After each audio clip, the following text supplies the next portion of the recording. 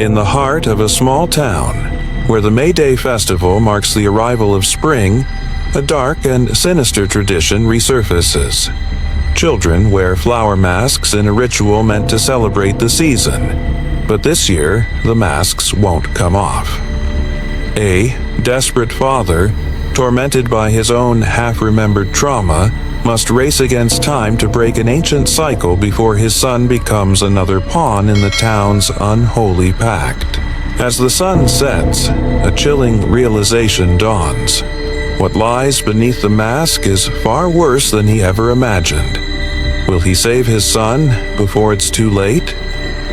In the quaint, picturesque village of Briarwood, the arrival of spring is celebrated with the time-honored May Day Festival.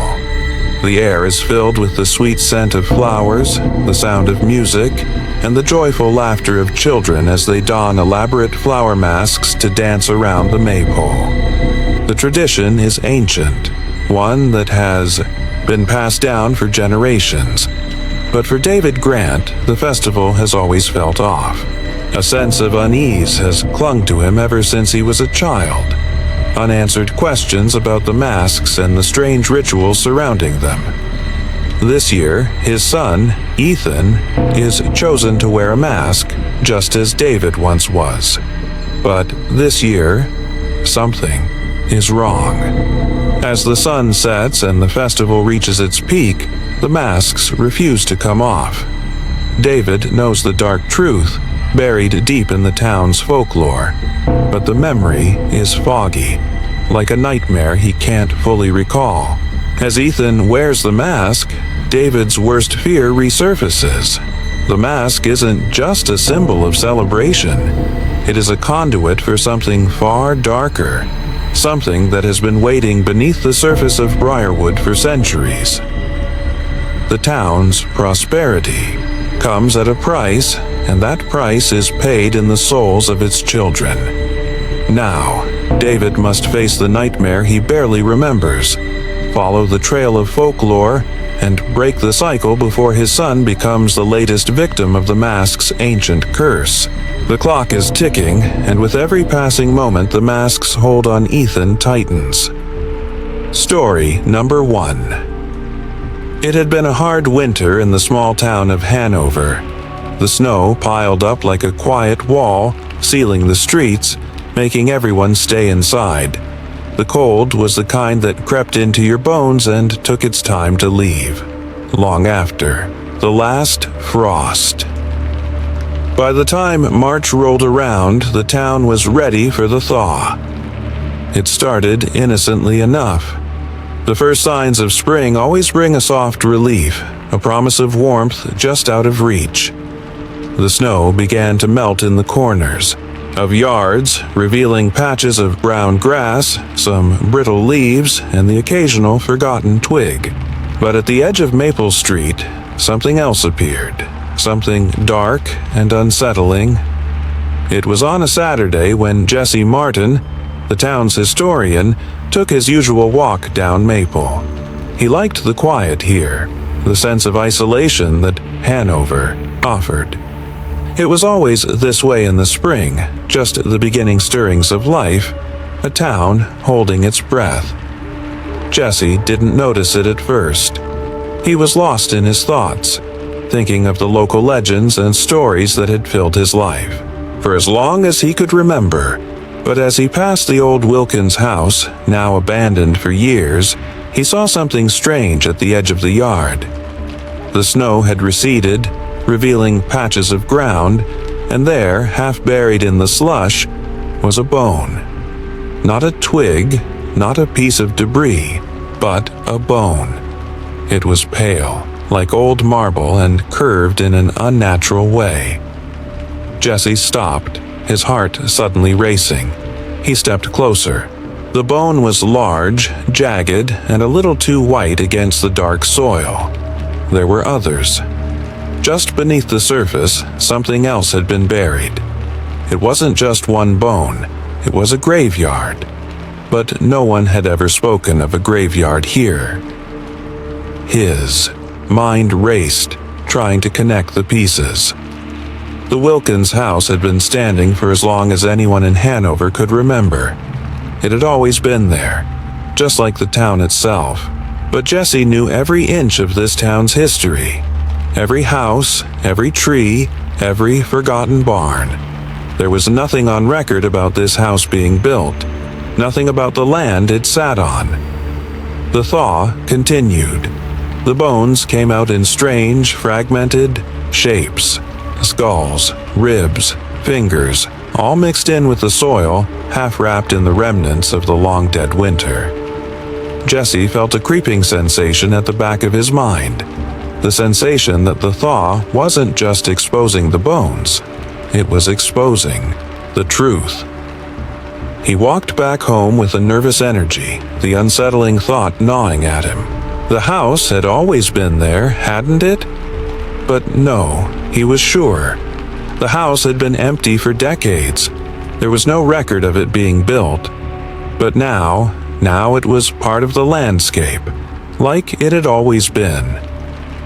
The next day, Jesse began digging into the town's records, something he rarely did. It felt wrong, like he was going in a direction he shouldn't. But he couldn't stop himself. He found nothing. No blueprints, no construction permits, nothing. He asked the older residents about it, those who had lived in Hanover long before he had, but none could recall the house being built either. They all remembered it, just standing there, as if it had always been there, waiting. But how could that be? Each passing day made the house more real, more undeniable. The bones, the thaw, the house, it all seemed to be tied together, as if the land itself was reclaiming something that had been forgotten, or perhaps hidden away. Jesse's dreams turned restless. He would wake in the middle of the night, drenched in sweat, hearing whispers just at the edge of his hearing. It was the sound of something shifting, something crawling through time. When he would sit up in his bed, the cold would fill his room, and he would swear the house outside his window wasn't the same as the one he'd seen in the daylight. It shifted, like it was pulling itself together from 1,000 pieces, like it was always on the edge of collapsing into something worse. One evening, as the sun dipped low behind the tree line, Jesse went to the Wilkins house. He couldn't wait any longer. His curiosity had turned into an obsession. He stood at the gate, looking at the old porch, the broken windows, the overgrown ivy crawling up the sides. It looked the same, familiar and foreign all at once. Jesse stepped inside. The door creaked open as though it had been waiting for him. The air was stale, thick with the smell of earth, like the house had been buried, not abandoned. He took a deep breath and moved deeper inside. The floorboards groaned under his feet as if warning him to leave. But he didn't. He couldn't. He reached the back door and froze. There, just beyond the threshold, the ground had been disturbed. The soil turned over in a deliberate pattern. He could see the faint outline of something large. He crouched down, his hands trembling as he brushed away the dirt. His breath caught in his throat. The bones were there, more than before, now scattered in an unnatural pattern. But they weren't old. The skin, the flesh, the clothing, they were still there, preserved as if the body had just been buried yesterday. Jesse recoiled, his mind spiraling, and then it clicked. The house had never been built. It had always been here. Always. It wasn't the house that had been forgotten. It was the people who had lived there, the ones who had made the pact with time. The bones, they were from those who had come before, their memories scattered like leaves in the wind. They had been waiting for the thaw, waiting for the moment when time could break, when the house would awaken, and they would come back.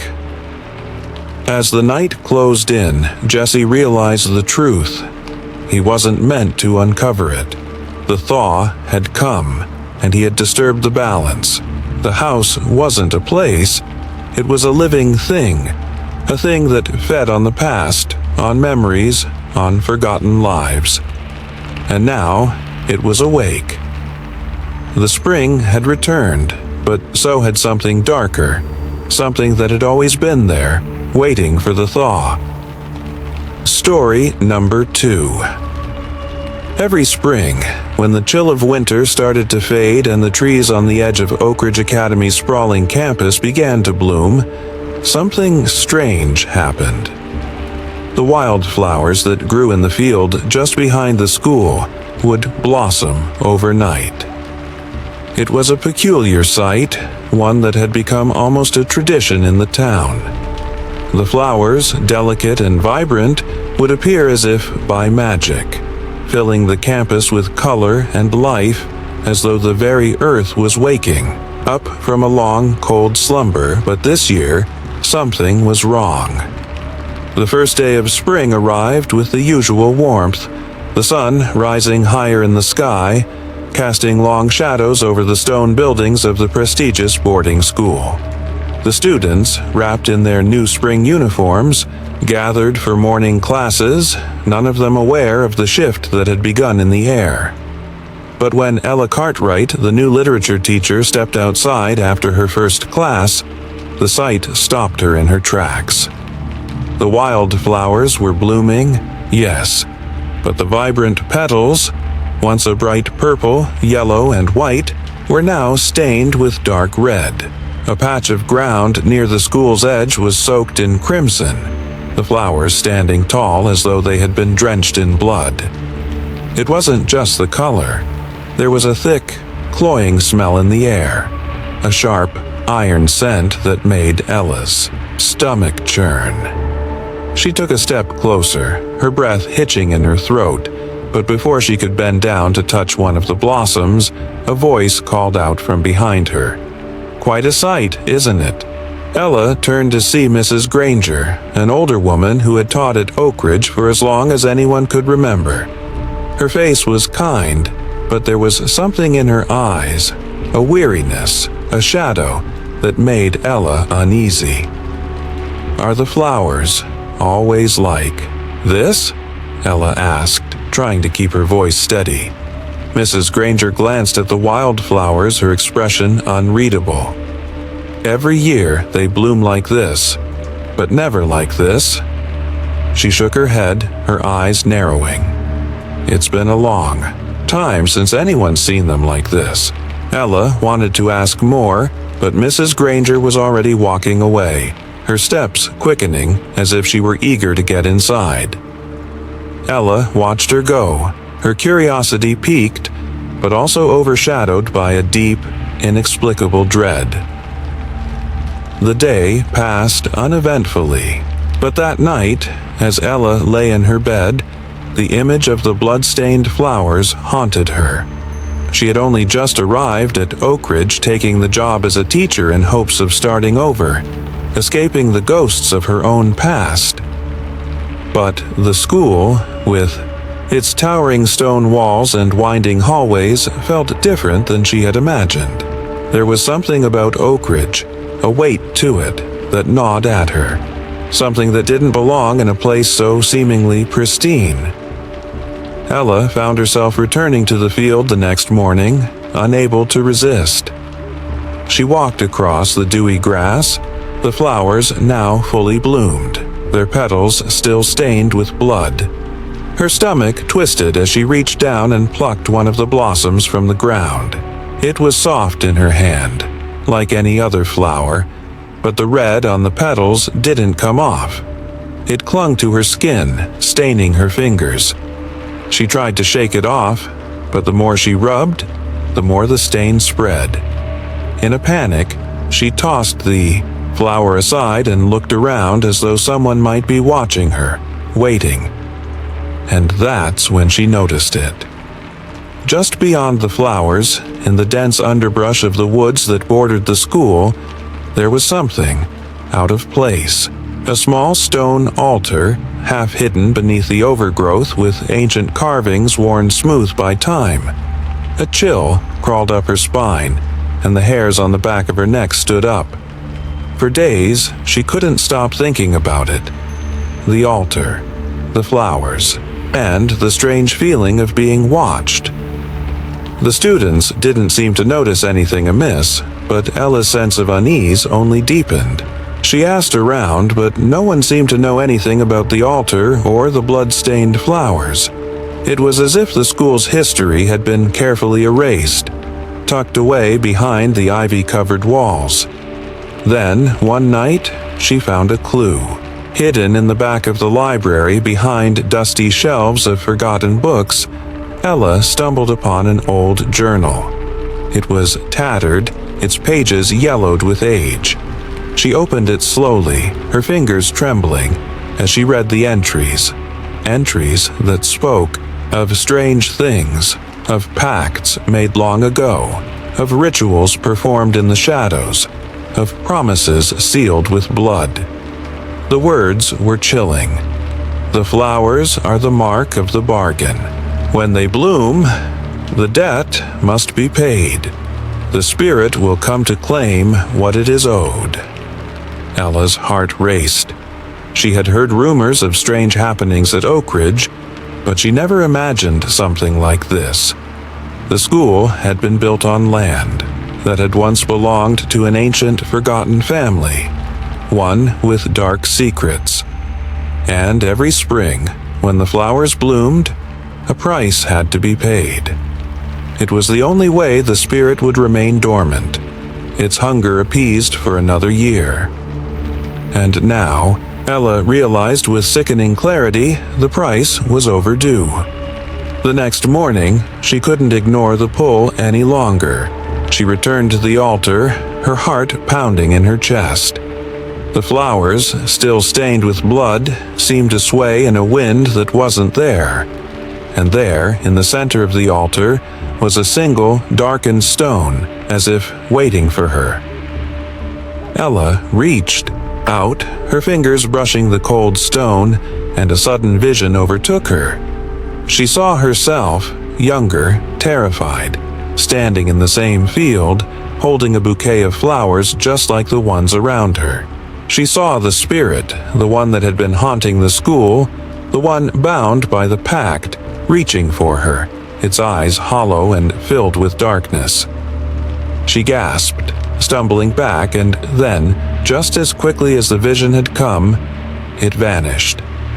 But the flowers were still there, their blood-red petals staring back at her, and Ella knew in that moment that the spirit had already been awakened.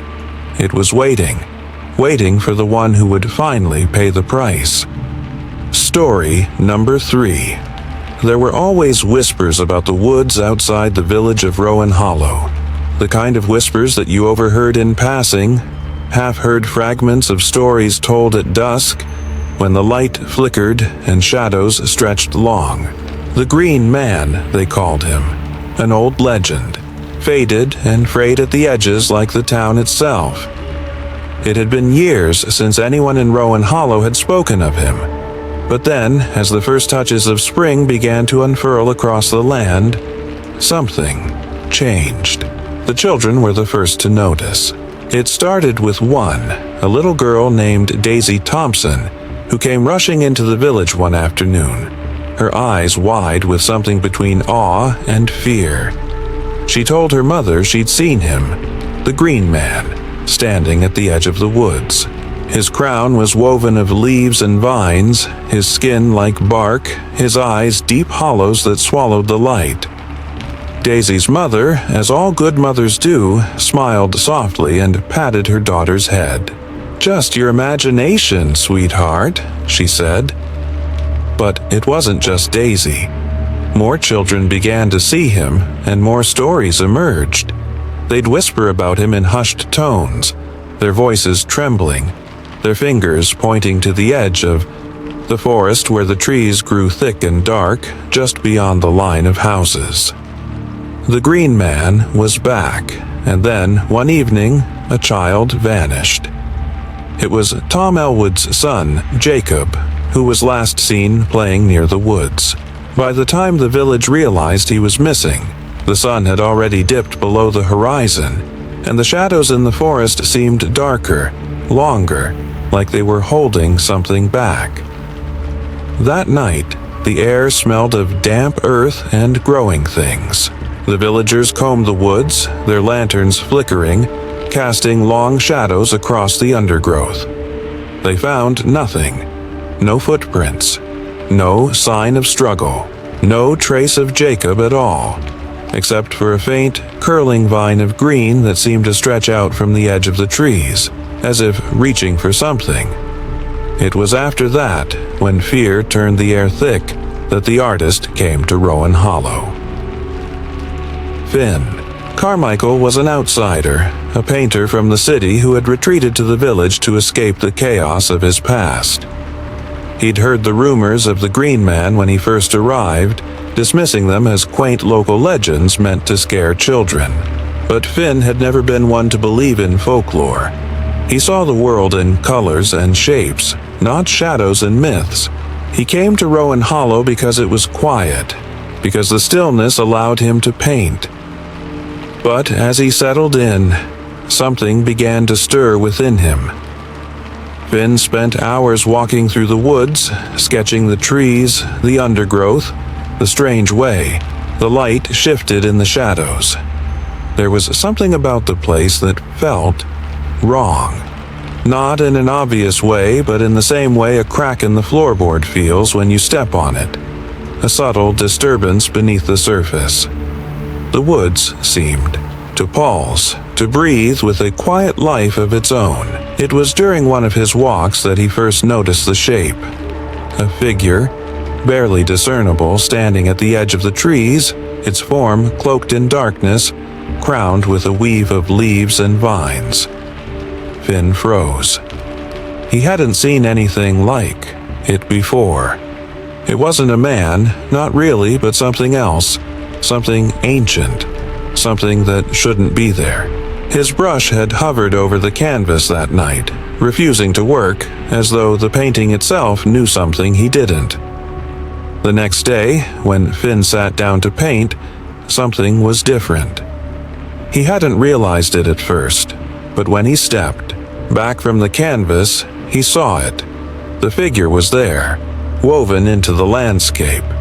The Green Man. Not just in the forest, but in the farthest reaches of his painting, waiting in the shadows. Finn had painted him without meaning to. His mind tried to shake the thought. Just a coincidence, nothing more. But the longer he stared at the canvas, the more uneasy he became. Days passed. The town's fear grew, but Finn couldn't shake the feeling that he was part of something bigger now. Something tied to the land itself. The children were still seeing him, always at the edge of the woods, always watching. And then, one afternoon, as Finn was walking near the line of trees again, he saw something that made his heart race.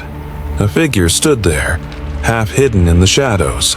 Its body was covered in moss and bark, and its eyes, those deep, hollow eyes, seemed to look straight through him. He felt as though his bones were being pulled toward it, the air around him thick and damp, like he was suffocating. The Green Man was no longer a legend. He was real. Finn's fingers trembled as he took out his sketchbook and began to draw. The lines flowed out of him like water, uncontrollable. He couldn't stop himself. But as he sketched, a strange sensation overcame him. Like the trees around him were moving, shifting in time with his hand. Like the woods themselves were alive, watching him, guiding him. And then he understood. His paintings weren't just art.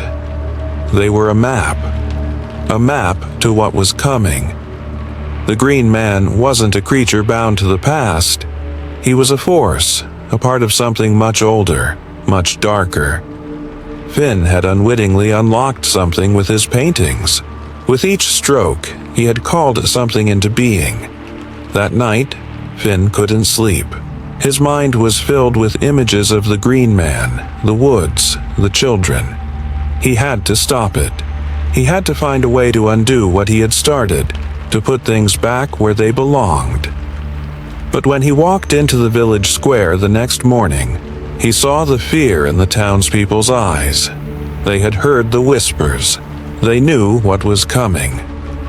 Finn's heart sank as he realized that he had become part of the story, part of the curse that had bound Rowan Hollow for centuries. The Green Man had returned, and the village would pay the price. The children were vanishing, one by one. And Finn's paintings, each more vivid than the last, had shown him a truth he couldn't deny. The Green Man was not just a legend. He was the land itself, and it was hungry. Story number 4. The house had always been a place of memories, both the good and the bad, tucked away in the rolling hills of the countryside. The Thompson family had left it behind years ago, too many years, really, but now they were back. It was spring, and the tradition of cleaning up the old family house was something they had kept, though none of them spoke of it much. For all its history, the house felt like a relic, a place better left forgotten, except for the occasional visit to dust off the cobwebs and make sure nothing had gone to ruin. Maggie Thompson stood at the foot of the stairs, staring up at the darkened hallway that led to the upper floor.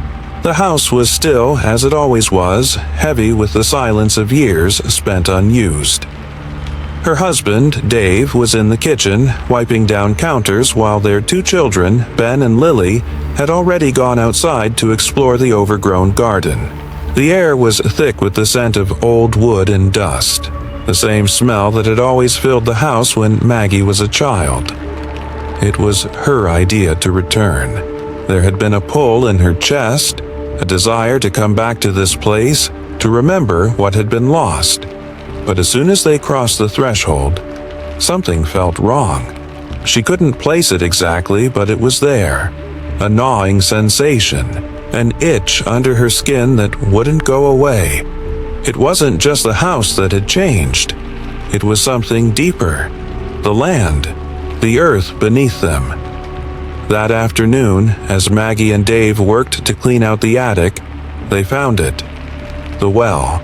It was hidden beneath the floorboards, an old stone well that shouldn't have been there. Not in the house, not in the attic. The stones were cracked and moss-covered, the edges jagged as if it had been forgotten for a long time. Maggie crouched down beside it, her fingers brushing against the cold stones. The well seemed to pulse with an unnatural energy, something alive and waiting. Dave was skeptical, saying it was just some old construction mistake, but Maggie couldn't shake the feeling that it was more than that. The moment she touched the stone, a shiver ran through her. She felt a ripple beneath the floorboards, like the earth itself had stirred. That night, Maggie couldn't sleep. She tossed and turned, restless, under the weight of the dreams that had begun to plague her. It started small, just a faint image of a worm crawling across the floor. But by the 3rd night, it had grown worse. The worm was no longer just a worm. It was huge, grotesque, burrowing through flesh, twisting and writhing beneath her skin. She could feel it, the pressure as it crawled deeper, the sharp pain as it burrowed through her veins. She could hear it, too, its insistent squirming, its relentless hunger. It was inside her, a part of her, burrowing, feeding. She awoke each morning in a cold sweat, her skin slick with terror. But it didn't stop there. The dreams became more vivid, more real. Each night, the earthworms grew larger, until Maggie could no longer tell if she was dreaming or awake. The next morning, Maggie couldn't bear it any longer. She had to know what the well was hiding. She had to see for herself. When Dave went out to the garden to check on the children, Maggie grabbed the old shovel they had found in the shed. Her hands shook as she worked to pry up the floorboards around the well. She dug and dug, her breath ragged, her heart pounding in her chest until the earth beneath her seemed to shift. And then she saw it. The hole was deeper than it should have been, far deeper than the well's structure suggested. And at the bottom, bones. The remains of something or someone. It wasn't just a well, it was a grave. A grave that had been sealed long ago. But as Maggie reached down to touch the bones, something shifted in the earth. The worms, she realized with sickening clarity, were not just in her dreams. They were coming from the ground itself, from the well. They were alive, and they were hungry. That night, Maggie did not sleep. The worms were there, crawling beneath her skin. She could feel them, moving through her veins, twisting through her flesh. It wasn't a dream. It was happening, and as the worm moon rose high in the sky, Maggie knew it was too late. The earth was waking up, and it was calling for her, calling for them all. The house, the land, the well, it was all part of something older, something darker, and now there was no escaping it. The worms had come, and they would keep coming until the last of them was fed. The boundaries between the two began to blur until she wasn't sure where one ended and the other began. In the daytime, she would find strange marks on her skin, deep, ridged lines, like something had scraped against her, something far deeper than just the surface. Dave noticed them too, but when Maggie tried to explain the dreams, the terror, he dismissed them. "It's just stress," he said. "The house is old, Maggie. It gets to you after a while." But Maggie knew it wasn't just stress. It was something else, something in the house, something tied to the well. The more she tried to push it away, the more it clung to her like dirt beneath her fingernails. By the fifth night, Maggie couldn't sleep at all. The dreams had turned into something else, something worse. She was awake, but it felt like she was dreaming. The worms were everywhere, crawling beneath the floorboards, moving in the walls, twisting and turning like they were alive. Hungry. She could hear them in the silence of the house, a faint squelching sound that seemed to echo in the stillness. She knew it was the well. The well had done this. Whatever it was, whatever had been buried there, was trying to get out. The house was waking up, and the land was responding. She could feel it in her bones, the earth stirring beneath her. The worms were not just a metaphor. They were real. They were inside her, burrowing deeper, feeding off her fear, twisting through her flesh, through the earth itself. But in the dreams, the water wasn't just a backdrop. It was alive. It swirled and churned, pulling people under, drowning them in its cold depths. In the darkest part of the dreams, Lucy would see figures, locals, their faces contorted in fear and desperation, walking toward the ocean, their feet moving as if they were being dragged by some unseen force. They would step into the water, and the waves would swallow them whole. Lucy woke in a cold sweat each morning, her heart racing, unsure if the dreams were just nightmares or something more. The town seemed more on edge as the festival approached. There was an underlying tension that Lucy couldn't quite place. The locals were more withdrawn than usual, their conversations hushed and nervous. She overheard snippets of talk in the library, whispers about the tide, about the past, about things that were better left forgotten. But no one would explain. No one would say what was really going on. The day of the festival arrived with the usual fanfare, bright flags fluttering in the wind, laughter echoing along the shore, and music filling the air. It seemed like any other celebration, and yet something felt off. The festival goers smiled too widely, their eyes too hollow, as if they were trying too hard to convince themselves that everything was normal. It wasn't until the evening, when the tide was at its peak, that things began to change. A man named Henry, a fisherman who had lived in Harrow's Bay all his life, was the first to step into the surf. Lucy watched from a distance, her gaze fixed on him as he waded deeper into the water. The crowd cheered, thinking it was part of the tradition, a simple act of devotion to the ocean.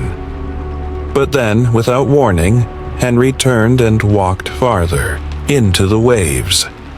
His steps were slow, deliberate, like a man walking in a trance. He didn't scream, he didn't struggle. He just walked, his feet sinking into the water until he was gone. At first, the crowd was silent, unsure of what they had, just witnessed. But then another figure stepped forward, a woman this time, young and smiling, her arms outstretched as if beckoning the sea to take her, and she too walked into the surf, as if she were following some unseen call. The crowd didn't stop her, they just watched. By midnight, the pattern had repeated itself.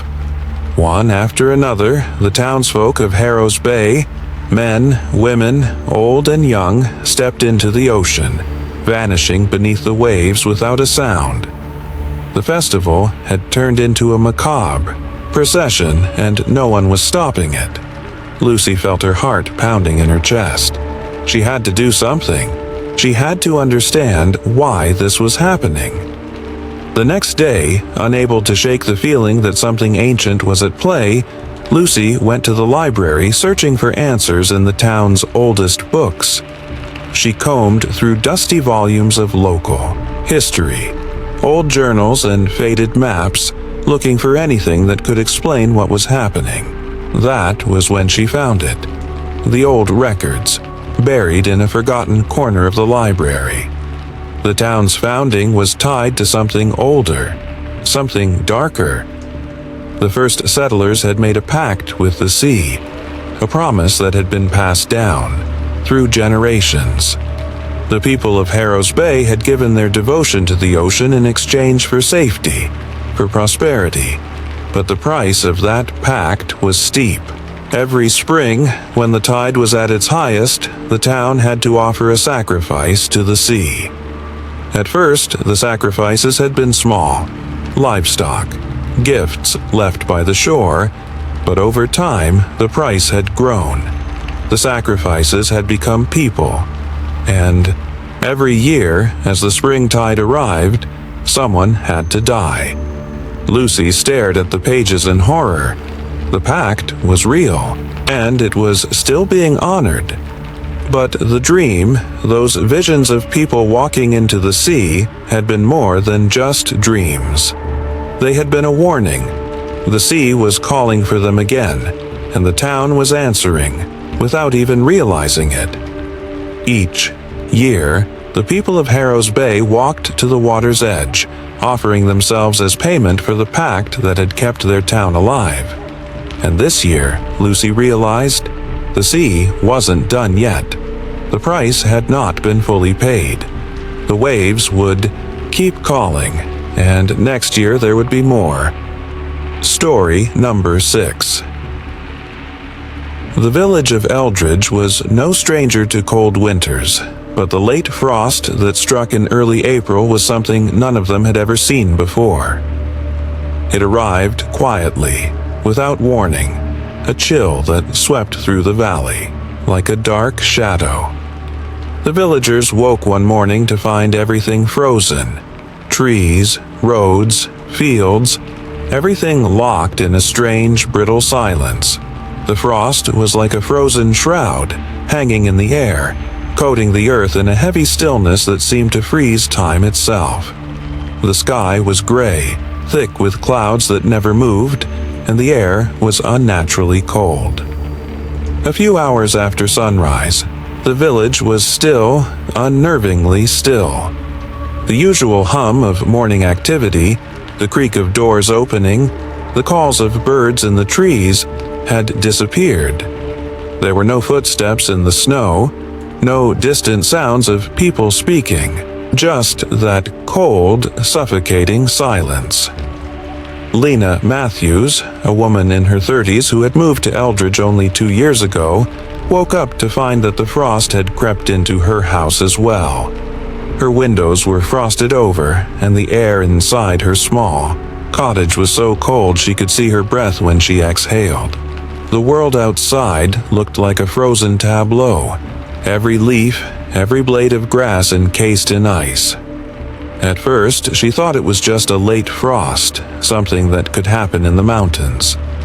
But when she looked out her window and saw no one in the streets, no sign of movement from the other houses, a gnawing sense of unease began to rise in her chest.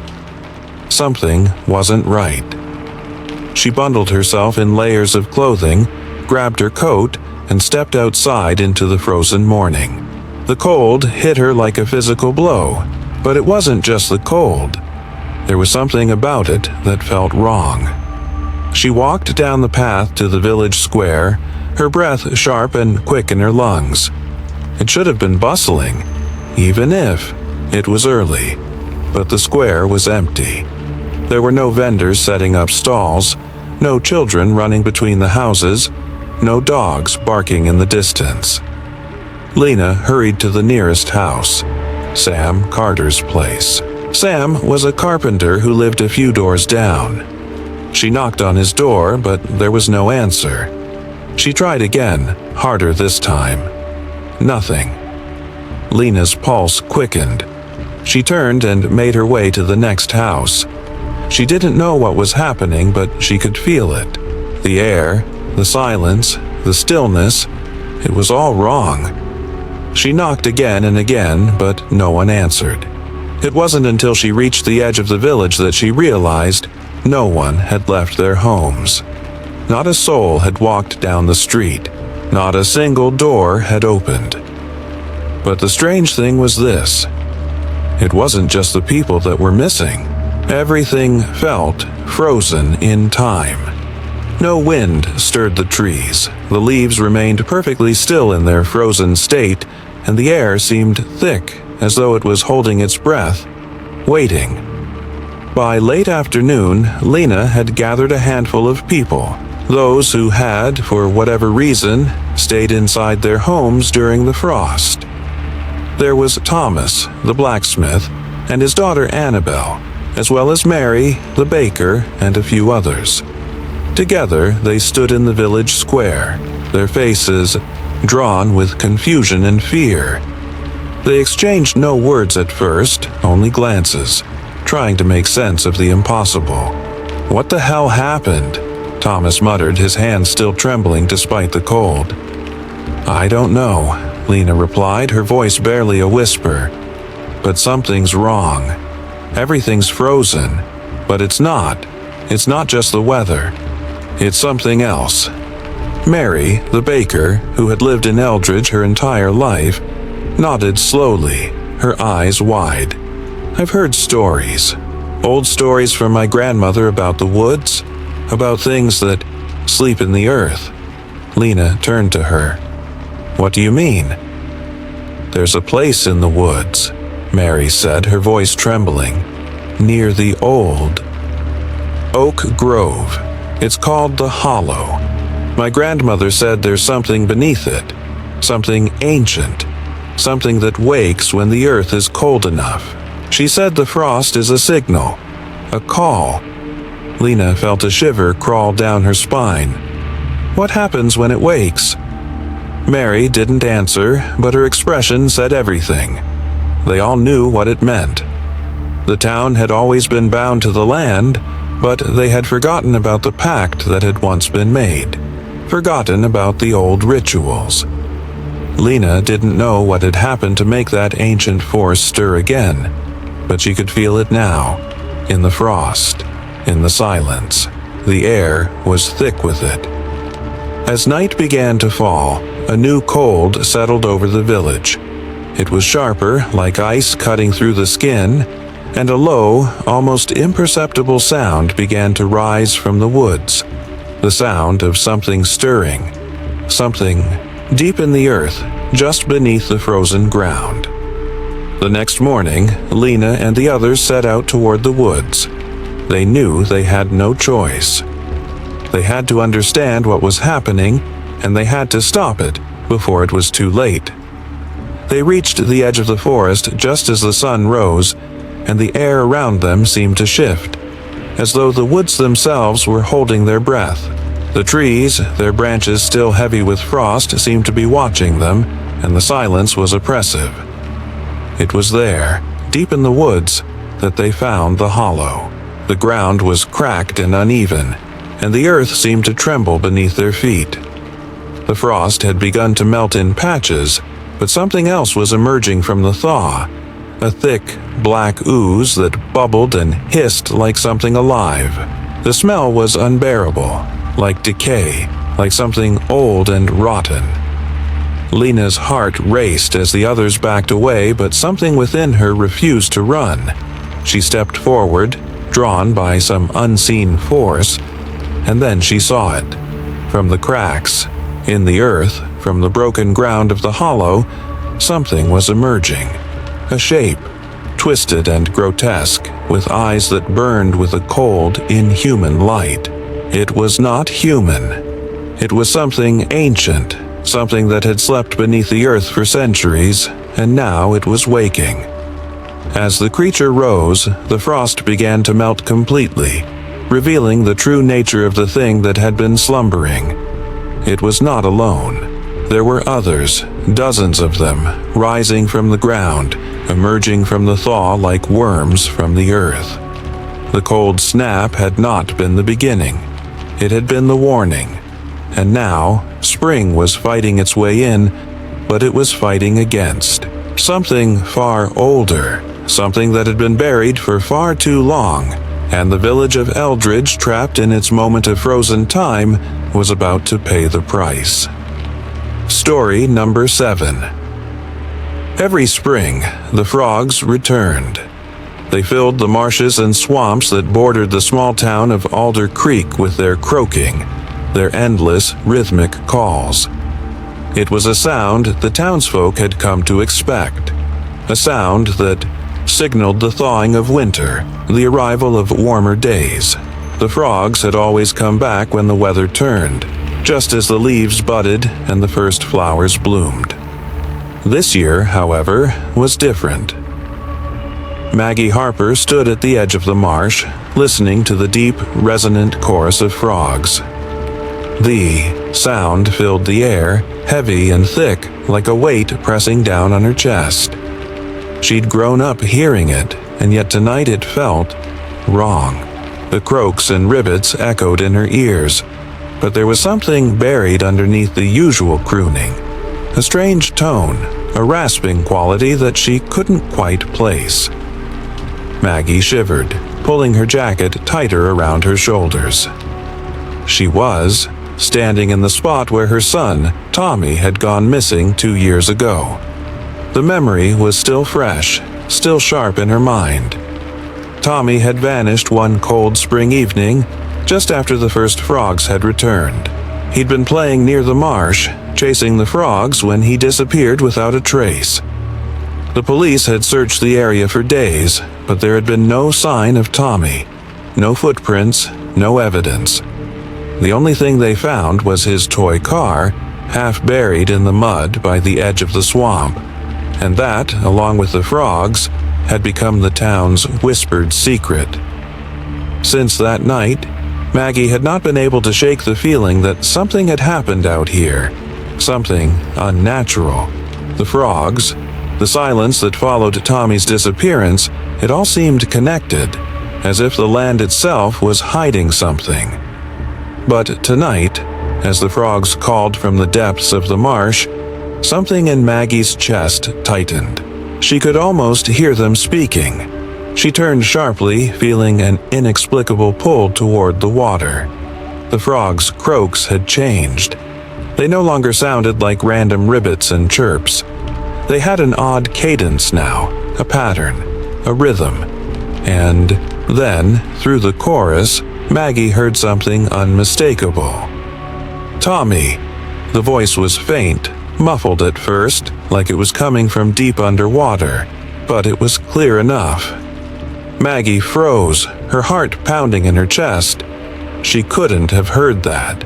It was impossible. It had to be her mind playing tricks, the grief still clouding her thoughts. Tommy's voice. Tommy, the voice repeated, louder this time, echoing in the stillness of the marsh. Maggie stumbled back, her hands gripping the cool, damp earth for balance. It wasn't her imagination. She knew it wasn't. The frogs croaking rose and fell, and with every pulse she could hear another name. First Tommy's, then her neighbor's voice, Bob's. Then it was her best friend, Sarah. Her breath hitched in her throat. The frogs weren't just croaking anymore. They were speaking, and they were speaking the names of the missing. Sarah, Bob, Michael. The names tumbled out, one after another, each voice more distinct than the last. But all distorted, as though they were being swallowed up by something dark. Maggie felt her knees weaken beneath her. She had to get away, but her feet wouldn't move.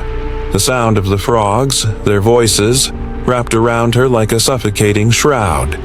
And then, in the quietest moment, she heard it. Her son. "Mom, Mom, help me." Maggie's heart stopped.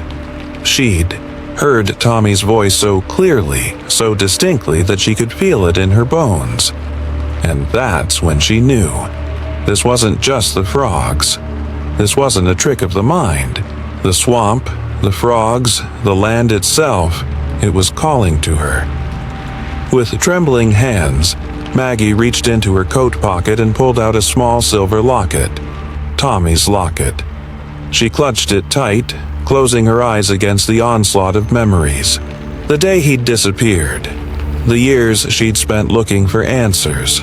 All the grief and confusion she'd buried deep inside her. Maggie's thoughts went back to the day Tommy had disappeared.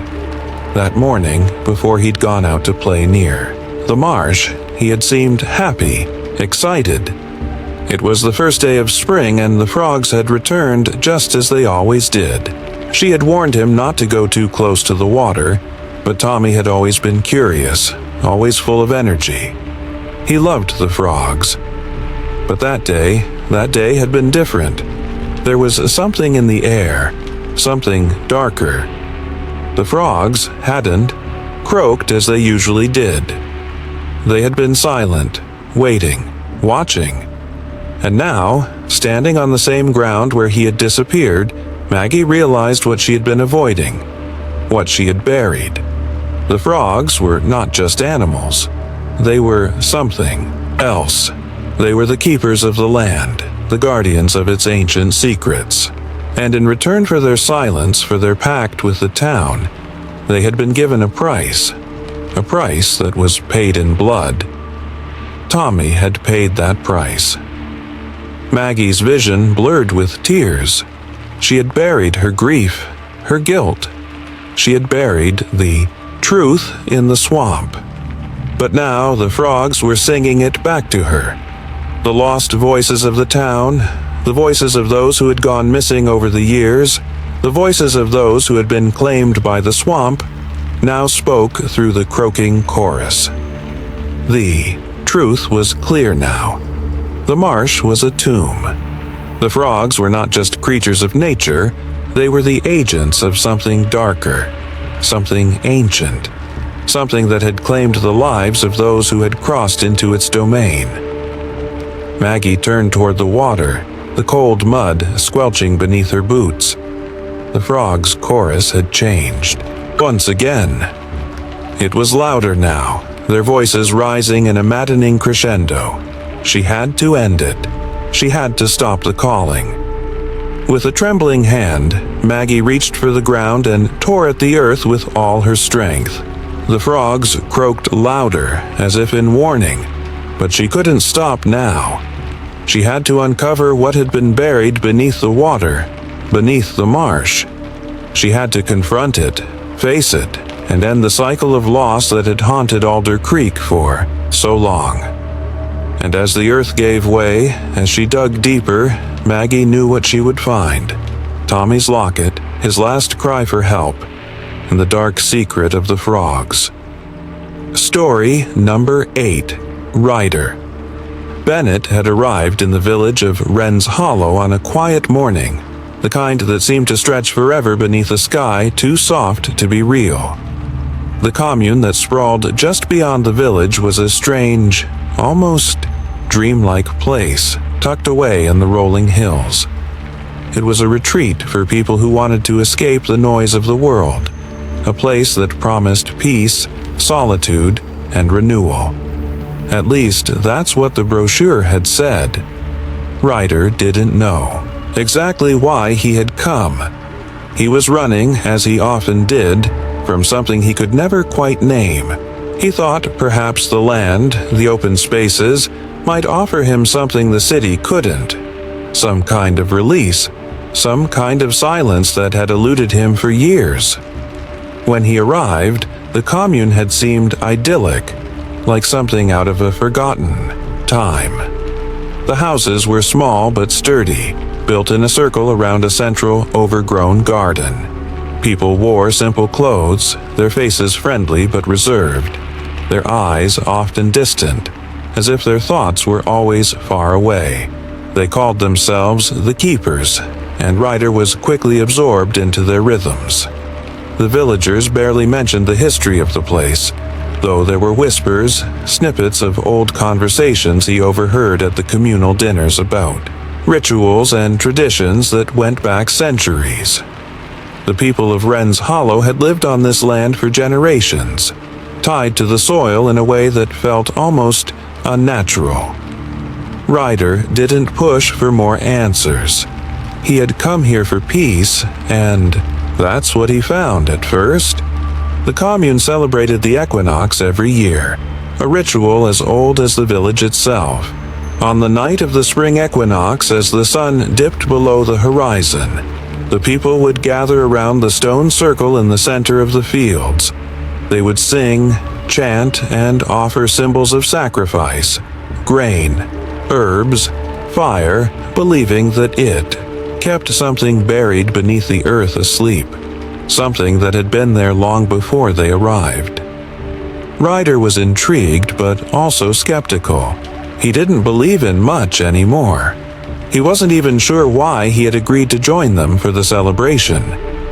But something about the evening, about the soft golden light of the setting sun, the rich scent of the earth, made him feel like he was part of something bigger than himself. The ritual itself was strange but peaceful. The chants were repetitive, hypnotic, and Ryder found himself swaying with the crowd, carried by the rhythm, until the final moment came, the raising of the lanterns.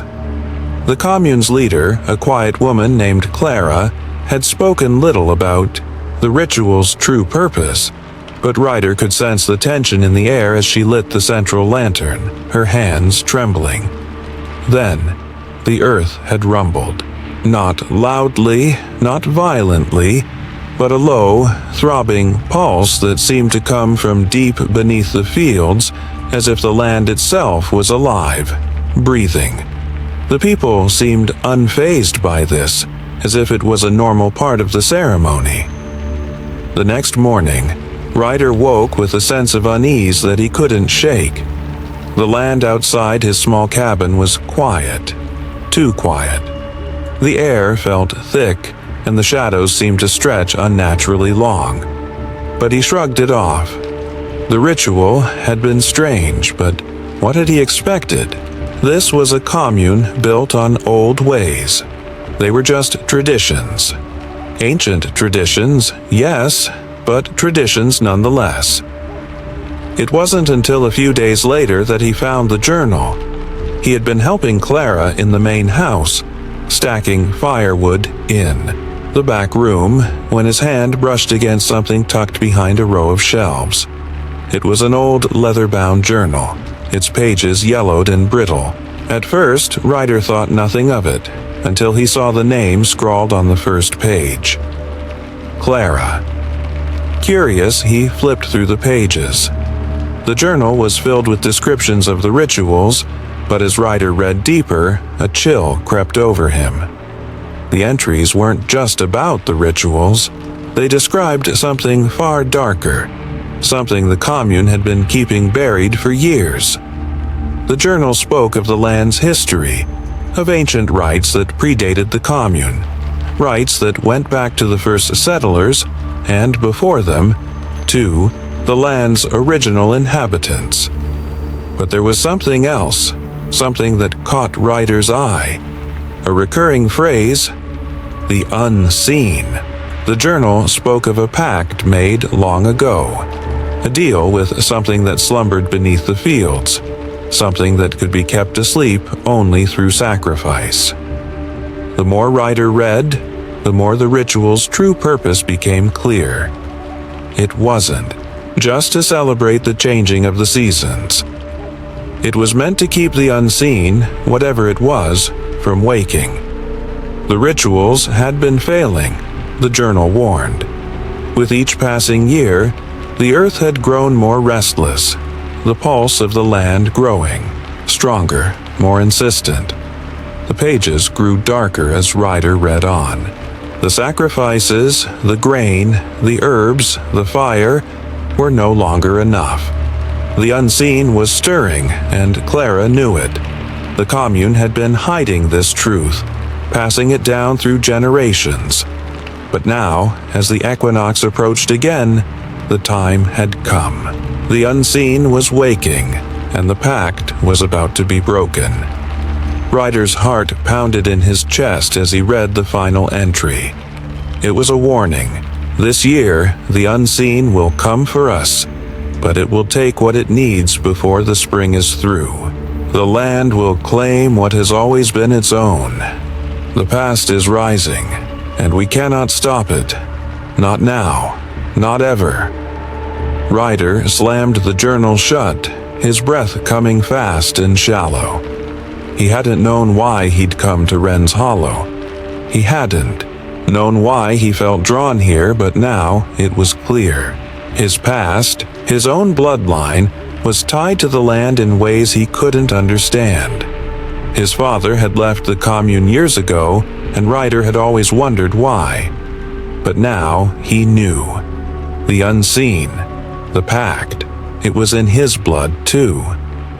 That night, as the commune prepared for the equinox ritual once more, Ryder made his decision. He couldn't be part of it. He couldn't stand by and watch as the land claimed more lives.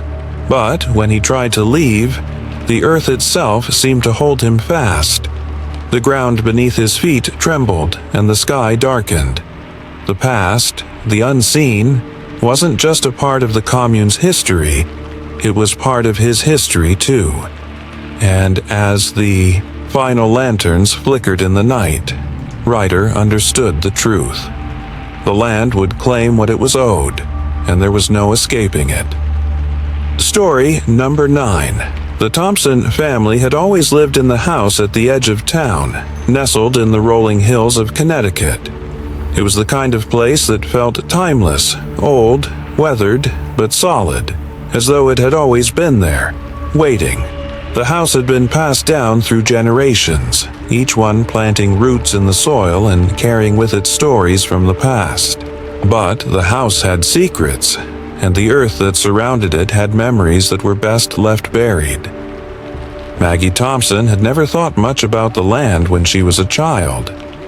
She had spent summers running through the fields, playing by the old oak tree in the backyard, and helping her grandmother in the garden. Her grandmother, Eleanor, had always been a part of the house, like the walls and the floorboards, like the land itself. It was hard for Maggie to imagine the place without her. But this spring, things were different. It had been a year since Eleanor passed away, and the house felt quieter now, emptier.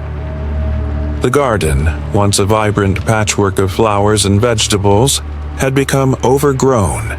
its borders blurred by tangled vines and weeds. The earth had begun to reclaim it, just as it had always done.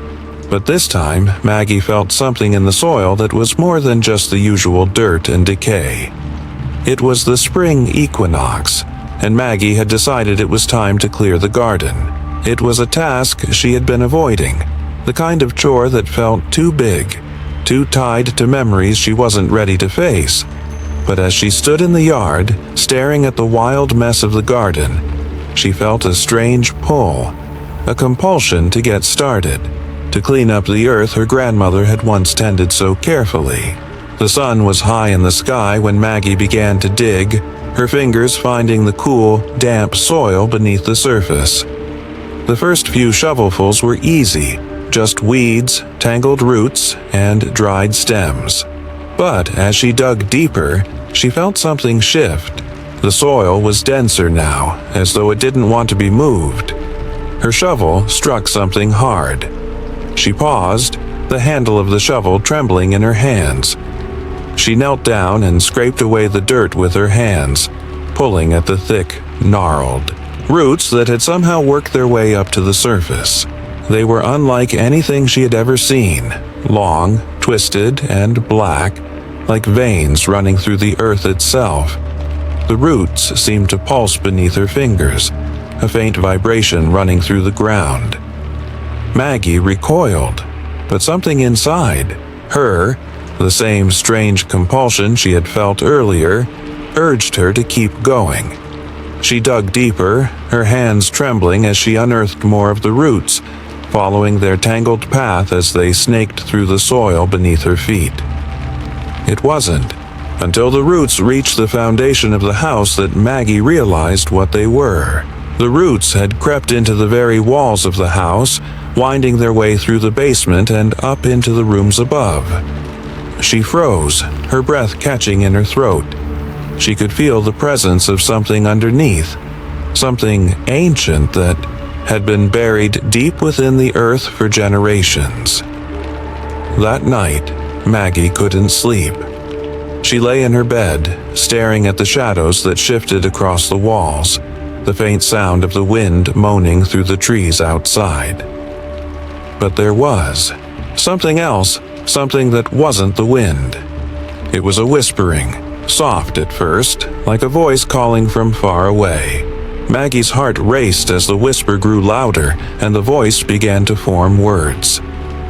"Maggie, Maggie, help me." It was her grandmother's voice. Maggie sat up in bed, her heart thundering in her chest. She reached for the lamp on her nightstand, but the light flickered and went out. The whispering continued, growing louder until it was almost unbearable. She could hear the words clearly now. They were coming from the house itself, from the very walls. "Maggie, it's me. I'm waiting." The voice sounded like Eleanor, her grandmother, but it was wrong. There was something in the tone, something off, something that made the hair on the back of Maggie's neck stand on end. The next day, Maggie returned to the garden, drawn by a force she couldn't explain.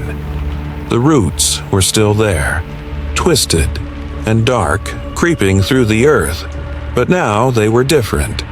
They seemed to be moving, pulsing as though alive. Maggie knelt down and placed her hand on the soil. She could feel it, a presence beneath the ground, just waiting, just beneath the surface. It was then that she noticed something she hadn't seen before. A small patch of earth near the roots, where the soil was disturbed. Maggie dug at it, pulling away the dirt with shaking hands until she unearthed an old, tattered journal. The pages were brittle, yellowed with age, but the handwriting was still legible. Maggie flipped through it, her eyes scanning the words. The journal was her grandmother's. It was filled with entries about the land, about the roots, about the strange things that grew beneath the house. Eleanor had written about the pact, about the ancient power that lived under the earth, something older than time itself, a force that could be kept asleep only through sacrifice, through the constant offering of life to the roots. But something had changed. The offerings were no longer enough. The roots were stirring again. Maggie's hands trembled as she read the last entry, written in a frantic hand. The roots are waking. It is too late. The price has been paid, and it has come for me. It wears my face. I cannot escape. I am not who I was. Maggie's heart stopped. The voice she had heard last night, the whispering, the voice that had called her name. It hadn't been her grandmother. It had been something else. Something buried beneath the house. Something that had taken her grandmother's form. She knew then what had happened. The roots weren't just part of the land. They were the land, and the thing that had been buried for generations was waking up, bringing with it the voices of those it had claimed, and now it wanted Maggie. As the sun set that evening, Maggie stood at the edge of the garden, staring at the twisting roots that pulsed beneath the soil. She could hear the whispers again, louder now, calling her name. They were her grandmother's. Words, but they were not her grandmother. The thing that had worn Eleanor's face was coming, and it was coming for her, too. The earth beneath Maggie's feet began to tremble. The roots stirred, creeping up through the foundation, through the walls, searching for something. Maggie took a deep breath, her hands trembling as she reached down and touched the ground one last time. The roots were waiting, and soon the thing that wore her grandmother's face would rise. Story number 10. Every year, the small village of Briarwood celebrated the coming of spring with a May Day festival, a tradition that had been passed down for generations. The whole town gathered in the village square, draped in garlands of wildflowers, with laughter and music filling the air as they celebrated the changing of the seasons. The children were always the centerpiece of the festival, chosen to wear elaborate flower masks, their faces hidden beneath the petals, their voices muffled by the soft, fragrant layers. This year, the festival felt different. David Grant had never liked the May Day celebrations. It wasn't the flowers or the music, or even the strange tradition of the masks. It was the way the festival had a hold on the town, a grip that tightened every year, making everyone, including himself, follow the same worn path. He'd been raised here, and despite the small town's charm, there was always something beneath, the surface that unsettled him. And now, with his young son, Ethan, standing beside him in the crowd, the unease felt sharper, more insistent. David had tried to avoid it. He'd tried to push the memory of his own childhood out of his mind, the way he had once been one of those children, chosen to wear a mask and dance around the maypole, the strange warmth in his chest that had slowly turned into something darker, something he couldn't quite name. The memories had faded over the years, but there was one thing he couldn't forget: how the masks never came off. Not at first. David's father, a quiet, grim man, had never spoken of the festival's true meaning, but David had heard rumors, half-whispered secrets about the masks, about the ceremony, about what happened to the children who wore them. He had always dismissed it as superstition, old folklore meant to scare children and keep them in line. But now, standing in the square with Ethan, something in him stirred, something he couldn't quite control. When the mayor, his face wide and smiling, but eyes narrowed with a strange tension, stepped forward to begin the ceremony, David felt that familiar knot in his stomach tighten. "Ethan Grant," the mayor called, his voice carrying over the crowd. David stiffened. He had hoped, prayed, that his son would be spared. But the mayor's gaze swept over the crowd, and then, inexplicably, He called Ethan's name. David's heart pounded in his chest. It was the same as it had been for him. All those years ago. He had never been able to escape the pull of the ritual. His father had never explained why, but David knew. It was the town's way. The children were chosen, and then the masks were placed over their heads, and they danced beneath the sun until the day's end. It was a gift, a blessing, a curse. The crowd cheered as Ethan stepped forward, his little hands trembling slightly. He was too young to understand, too innocent to realize what it meant to wear the mask, to become part of the cycle that had haunted Briarwood for generations. David watched his son, his throat tight. He wanted to reach out, to stop it, to run away and never look back. But he couldn't. Not without putting Ethan at the center of something worse. The mayor placed the mask over Ethan's head, and for a moment, David saw the faintest flash of his son's eyes beneath the petals. And then, nothing. Ethan was swallowed by the mask, his face obscured, his voice silenced. The town cheered once more. The music began to swell and the children began their dance, spinning in circles, their laughter muffled by the weight of their masks. David's mind raced. This was wrong. The masks weren't just for decoration. They had meaning, a purpose he had long buried deep within himself. As the children danced and spun, David's gaze never left Ethan. Something was happening to him. He could feel it, the change in the air, the way the sunlight shifted, darker, colder, like the day itself was holding its breath. He had to act. He couldn't let this happen again. David pushed his way through the crowd, his body tense, heart thumping, until he reached the edge of the maypole. He stood there, frozen for a moment, watching the children twirl and giggle, their movements growing more frantic, more rigid. He felt something shift within him, something old and forgotten, a deep, primal fear that had been buried for years.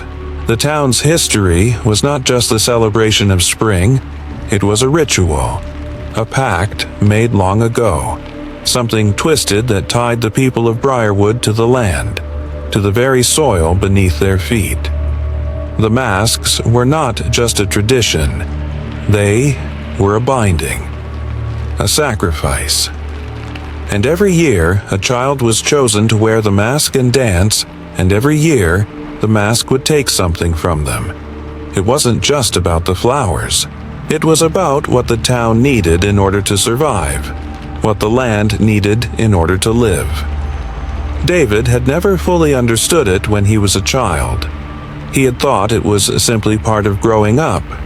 But now, as an adult, as a father, he could see the truth.